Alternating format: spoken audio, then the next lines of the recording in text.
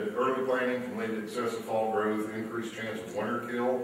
There's a syndrome called high leg, where the growth point of the canola gets up, instead of being a half inch off the ground, it's 2, 3, 4 inches off the ground. When you get that extension and elongation of the growth point, you're going to winter kill out. It gets it up into the colder temperatures. Don't really understand exactly what's happening there, but your winter survivability drops. That's what we see in true no-till, going out and planting into residue. That crop will almost always have high leg, and you'll lose up to 80% of your stand. You'll have a perfect fall stand. You'll go into dormancy thinking everything is great, and you come back in spring green up, and it's like, oh my word, what happened to my canola? Well, you've lost 70–80% of your crop to winter kill. Once again, fertility is used for vegetation, not yield. Why burn up nitrogen? Why not burn up water, burn up sulfur? All our dollar, inputs into this deal for fall growth that is going to melt down, burn off, and regrow in the fall again. You're not going to lose that nitrogen because those leaves that you defoliated during the winter are going to break down and give back to you next year. But you spent $30 an acre or whatever to give it away for the crop that you're growing, and you're going to have to spend it again. So be judicious with your fall nitrogen. The planting dates, they're in most of the material that was released 5 or 6 years ago, so the planting dates that we see today in the handbooks. And I believe they're 10–12 days too early for what we've learned in the genetics we have today.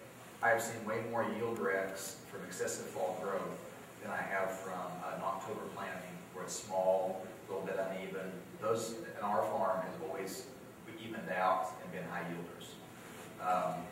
In our area, it says, I think, September 10th to September 20th is the ideal date for canola. I plant around October 1st. So, and I found that's where we need to be. So that's basically the same time as your wheat. Yes. You're going to be yes. Yeah. I don't graze wheat anymore, so normally we start about the 25th of September if we can, and we'll plant until we're done, and then we'll start on wheat right after that. And that's working with the varieties we have today. The varieties we had 7–8 years ago, Cal 86, I can't remember, 62, whatever. Yeah, 62. I believe those had to have 7 or 8 true leaves and be this tall to really have winter survival. And what we have today can be small. Now, if you're in sand or gravel, which I would discourage planting canola anyway, you need a little more growth going into winter. But you have medium textured soils, a small guy is better than a man plant, 10–1. So, and that is one thing. I mean, if you're in sandy ground, it's going to cool down on you quicker and stuff like that. Go ahead and get that on the 15th to the 20th of September. Get it established. Keep yourself from blowing and things like that. You're going to lose canola and sand and gravel all winter long. It's not ideal. But it seems like if you get on the earlier planting and get some height, if you're bringing some water, you don't lose as many total plants through the winter as if you plant later and more ideal. We don't see a whole lot of success on sand and gravel, no matter where it is. It's okay if you don't have any other options, milo, whatever. But it's 30 bushel, best case scenario, wheat ground. Don't expect a whole lot with canola. I mean, visit with other growers that have done this before and say, okay, what realistically, and then look at it as a 3-year project, not just this year, but how much wheat is going to increase on this rough ground. Late planting, slow emergence and growth. It's not as big of an issue as it was.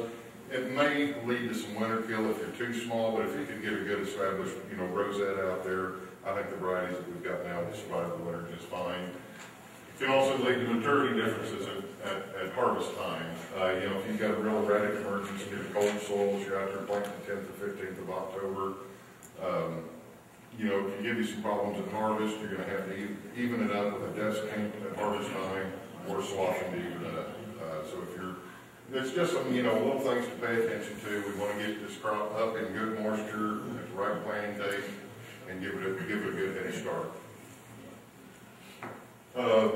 Weed control, timing of herbicide applications. This is something that comes up year after year after year with growers. You'll show up at somebody's farm and they tell me their canola's dying and not doing very good, and you'll go out there and it's in just a matted thatch, cheap, ryegrass, volunteer wheat, whatever we've got growing out there. And there's no way the crop's going to survive that, And they've got in their mind, well, somebody said you have to wait 8 weeks after planting to spray. Well, when you've got competition in this crop, you spray it. I don't care if it's a tiny, 4-leaf plant this high out of the ground, if you've got these cereal grain infestations coming in, that's giving competition in this crop, you knock it out. If you've got to go in there with 2 fall applications, go, catch it when it's small, 11 ounces, wait 2 or 3 weeks, hit it with another 11 ounces, and then 22 in the spring. Spread your applications out, but do not let this crop have competition because it's going to cost you money in the long run. In the spring when it's bolted and this tall, nothing's going to outgrow it, Don't wait for getting all your flushes of junk up before you spray. It'll get you every time. So sometimes in the fall, it'll rain at the right time, everything comes up, you get it killed out, the canopy's over, you're done. Sometimes when it's dry in the fall, like it usually is, there'll be a set of cheap volunteer weeds will come up, and if you don't take care of it, if you wait 2 or 3 weeks, it'll take the moisture away from this little shallow seed called leaf, and you're done. You're going to lose plants right away. You want to get those into winter and then let Mother Nature thin them out, tab, or it goes down the road. And then also, you got to be quick, and then other people will call and say, my stuff canopy. When it takes off and grows, it will grow fast. And it'll shade, especially if you're in 7.5-inch rows, they'll shade over. I mean, you can look at it 3 days later, it's canopied over. Everything's underneath that. There's really no need to spray then. I mean, you've waited too long. So be prepared to spray and be prepared ahead of time. Talk to your custom applicators, get your stuff ready if you're a self-applicator. That gets people every time. On spring application, it's before bolt, not after. When you see this stuff green up, people are harrowing around alfalfa pastures, there's timings there, there's robins around. You get the idea that something's going to take off.